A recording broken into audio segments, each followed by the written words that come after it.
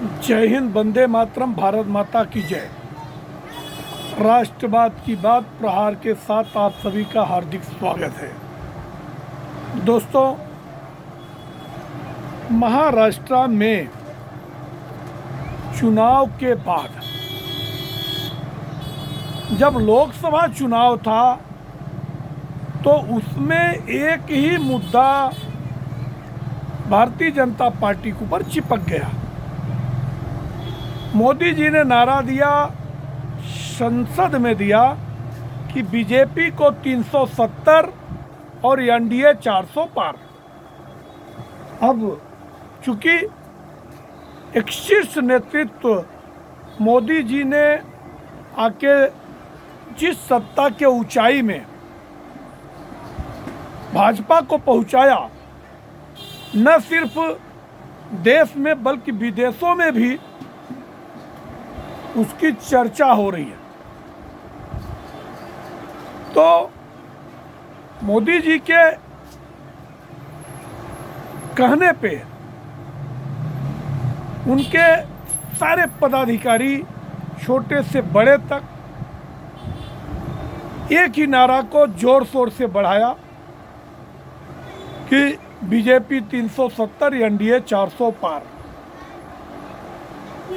और ऐसा हुआ माहौल, उसमें 2-3 नेताओं ने कहा कि अगर हमें 400 पार क्यों चाहिए, कहे कि हम संविधान बदलेंगे। अब इसको ऐसा लपक लिया जैसे कि 2016 में,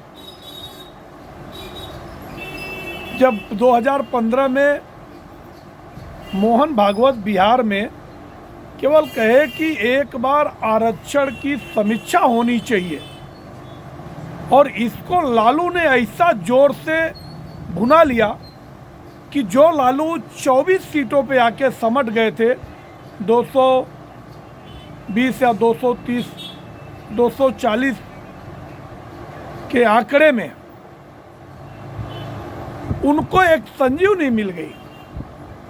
उन्होंने कहा कि अगर बीजेपी आई, जबकि बिहार तक को लेना देना नहीं, ये जो आरक्षण का मुद्दा है ये तो केंद्र सरकार के हाथ में है, मगर लोकल चुनाव में, बिहार के चुनाव में वो इतना डेंट किया बीजेपी का कि जो बीजेपी 90 सीट पे थी वो 45 पे आ गई, और जो लालू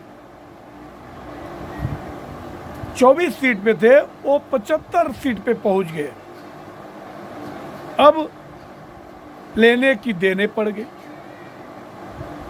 अब उसकी वजह से जो बीजेपी को डेंट हुआ महाराष्ट्र में, उद्धव ठाकरे को 9 सीटें मिली, मगर कांग्रेस जो 1 सीट पे हुआ करती थी वो सीधे 1 सीट से बढ़ के 13 सीट पहुंच गई। और शरद पवार अपने जीवन का रिकॉर्ड ही ब्रेक कर दिए, उनको सीधे 4-5 सीट से सीधे 8 सीट मिल गई। लोगों को एक बड़ा बोनस मिला, रिटर्न गिफ्ट मिल गया। इन लोगों को लगा कि सेम चीज विधानसभा में भी चलेगा, और इसी मुद्दे को वो जो संविधान की कॉपी लहराने की स्टाइल और जातिगत जनगणना कराने का जिद राहुल गांधी का, अब राहुल गांधी के नक्शे कदम पे उनकी बहन भी चल रही है, वही संविधान की कॉपी लेके, जो कि ये लोग कभी संविधान पढ़े नहीं रहेंगे। और जितनी बार संविधान का दुर्दशा किया, संविधान को तोड़ा मरोड़ा गया, जितनी बार संविधान में संशोधन किया गया, और जितनी बार अवैध ढंग से देश में राष्ट्रपति शासन 376 का दुरुपयोग हुआ, वो सब कांग्रेस की वजह से हुई।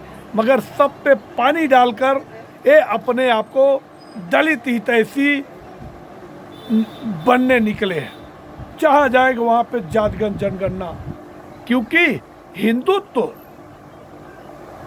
और विकास ये दोनों का मुद्दा तो उनके पास है नहीं।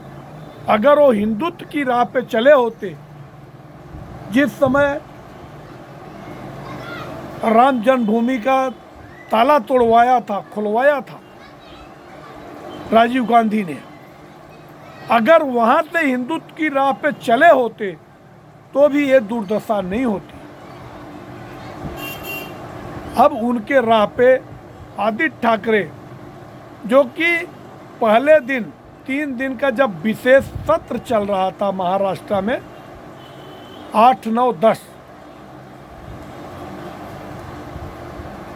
7, 8, 9 3 दिन का विशेष सत्र चल रहा था और इसमें बीजेपी को अपना बहुमत सिद्ध करना था। इवन बीजेपी पहले ही 200 के पार है। ये दरदरी विजय मिली है, लैंडस्लाइड विक्ट्री, क्योंकि ये तीनों दल जो बेमेल गठबंधन बना था, मुंह दिखाने लायक नहीं बचे। और ऐसा महाराष्ट्र की जनता ने इनको धोया है कि इन लोगों को विपक्ष में भी बैठने लायक नहीं रखा। मतलब महाराष्ट्र की एक भी समस्या के लिए सवाल भी पूछने लायक नहीं रखा। ऐसी विजय बीजेपी और उनके सहयोगी दल शिवसेना, एकनाथ शिंदे और अजीत पवार। अब पहले दिन 7 तारीख को जब शपथ विधि चल रही थी तो कहावत है हमारे उत्तर प्रदेश में कि मान से कुकुरा खीर न खाए, अब बाद में पंडोह चाटे जाए। इसका मतलब कि जब मान से मिल रहा था, खीर नहीं खाया, बाद में वो बर्तन चाटने के लिए मोरी में गया। पहले दिन तो शपथ बोले हम शपथ लेंगे नहीं, और हमारे सारे जितने आमदार चुन के आए हैं वो सारे इस्तीफा देंगे और फिर से चुनाव होगा तो बैलेट पेपर से होगा। मीठा मीठा गप गप कड़वा कड़वा थू थू, ये कहावत आदित्य ठाकरे और शरद पवार के ऊपर सूट होता है। कांग्रेस तो पहले से ही दोगली है। अब 7 तारीख को नहीं, 8 तारीख को बिन बुलाए मेहमान खुद जाके शपथ ले लिए। क्यों शपथ ले लिए? एक कहां रह गई आपके अंदर बाला साहब ठाकरे का अस्तित्व। बाला साहब ठाकरे जो कह देते थे मुड़ के देखते नहीं थे, पत्थर की लकीर हुआ करती थी। अच्छा, जब देख लिए कि अब तो हिंदुत्व के राह पे हम बहुत पीछे हो गए, अभी तक तो कहते थे कि हमारा लोगों के हाथ में काम देने वाला हिंदुत्व है, मन में राम और लोगों के हाथ में काम, इस मुद्दे पे चले गए थे कांग्रेस के साथ। जिस कांग्रेस को पानी पी पी कर गाली देते थे, उसी कांग्रेस के गोदी में बैठकर सरकार बनाए। मगर महाराष्ट्र की जनता ने इनको विपक्ष में भी बैठने लायक नहीं छोड़ी, जबकि ये सबसे बड़ी पार्टी एक समय हुआ करते थे महाराष्ट्र में। दूसरी बात कि एक लेख लिखा आज उनके एकदम खास राहुल नार्वेकर, मिलिंद नार्वेकर लिखे कि 1992 में जो बाबरी मस्जिद हुआ वो बहुत बढ़िया हुआ, और उसमें सबसे बड़ा रोल अगर किसी का था तो बाला साहब ठाकरे का था। हम उन विचारों को आज भी मानते हैं। मतलब अब वापस बीजेपी वाले हिंदुत्व पे उद्धव ठाकरे आना चाहते हैं, क्योंकि माया मिली न राम। और जैसे उद्धव ठाकरे ने उसको रीट्वीट किया, धड़ाका हो गया और उसका विरोध करके अबू आजमी महाविकास अघाड़ी से निकल गए। बोले ये सेक्युलर दल नहीं है, कांग्रेस चुप है, शरद पवार चुप है, तो मैं उद्धव ठाकरे के विचारों से सहमत नहीं हूं और मैं इनके साथ नहीं रह सकता। फिर बाद में क्या हुआ, आदित्य ठाकरे ने उनको जवाब दिया, बोले ये यहाँ पे बीजेपी की बी टीम है, अगर बीजेपी की बी टीम है आप क्या हो? आप अपने अस्तित्व को समाप्त कर दिए। एक समय था कि मातोश्री के बाहर नहीं निकलते थे बंदनी बाला साहब ठाकरे, और आज उनके विचारों को आगे लेकर कोई गया तो एकनाथ शिंदे जी गए कि 57 सीट होने के बाद भी डिप्टी सीएम का पद स्वीकार किया। आपके जैसा नहीं की आमची खोलीमध्ये आमची गोष्टी झाली असती। बाळासाहेब ठाकरे यांचे विचार काय होते की कोण पार्टी सर्वांची मोठी असेल त्यांचे मुख्यमंत्री होईल, तर तुम्ही त्यांचे विचारला तिलांजली देऊन आणि त्यांच्या मागे निघाले आणि फक्त 2-2.5 वर्षात तुमचे हे काय झाले, काय केलं? अरे पुत्र कुपुत्र का धन संचय और पुत्र सुपुत्र काय धन संचय। आता एकच आहे गोष्टी शेवटी की तुम्ही आत्मचिंतन करा आणि तुमच्या जे काही चूक झाली आहे सर्व मराठी बांधवांना, हिंदुत्व बांधवांना तुम्हाला सार्वजनिक माफ़ी मांगायची आहे। और इसलिए इनके बेड़ा गर्क करने वाले संजय राउत अब कांग्रेस पार्टी की खुशामद कर रहे हैं।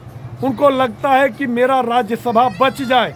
वैसे महाराष्ट्र में तो अगर तीनों एकजुट नहीं हुए तो कोई एक भी राज्यसभा जाने लायक नहीं, मगर इसलिए कांग्रेस की चमचागिरी कर रहे हैं कि अगर उद्धव ठाकरे इनको निकाल दिए, हकाल पट्टी हो गई, क्योंकि इनकी हकाल पट्टी होने वाली है।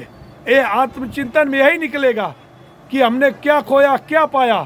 तो अगर ऐसे में फिर ये सोचते हैं कि कांग्रेस मुझे कहीं न कहीं से एक राज्यसभा सीट दे सकती है, ये हमारे विचार है। आप लोगों को क्या लगता है आप कमेंट सेक्शन में आके अपने राय रखें। हमारे चैनल को सब्सक्राइब करें। जय हिंद, वंदे मातरम, भारत माता की जय।